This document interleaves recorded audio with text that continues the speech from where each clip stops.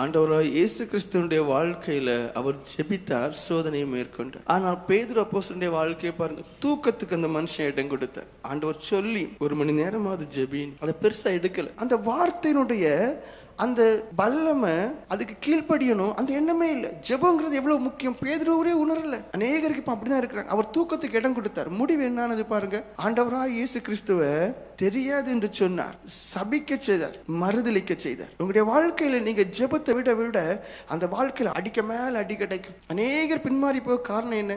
ஜெபம் கிடையாது. அந்த வாழ்க்கையில பயங்கர பின்மாற்றமா இருக்கும். தானியேல் தீர்க்கதரிசியுடைய வாழ்க்கையை பாருங்க, அவருக்கு ஒரு சோதனை இருக்கு.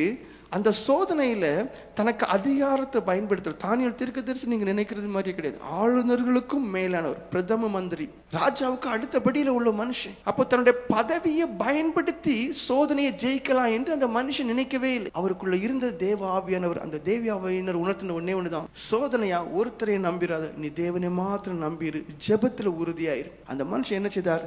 இதற்கு முன்னாடி எப்படி ஜெபித்தாரோ அதே போல ஜெபிக்க ஆரம்பித்தார். சோதனை வருது, முழங்கால் நின்ன மனுஷன் ஜெபித்தார், அழுதார், கண்ணீர் வடித்தார். அந்த அழுகைக்கு பலன் கொடுத்தார். அந்த விசுவாசத்தை அவர் மகிமைப்படுத்தினார். அந்த மனுஷனை ராஜாவே தேடி வர செய்து உயர்த்தக்கூடிய ஒரு நிலைமைக்கு வந்தது. ஜெபம் தான். உங்களுடைய வாழ்க்கையில ஜெபம் எப்படி இருக்குன்னு பாருங்க.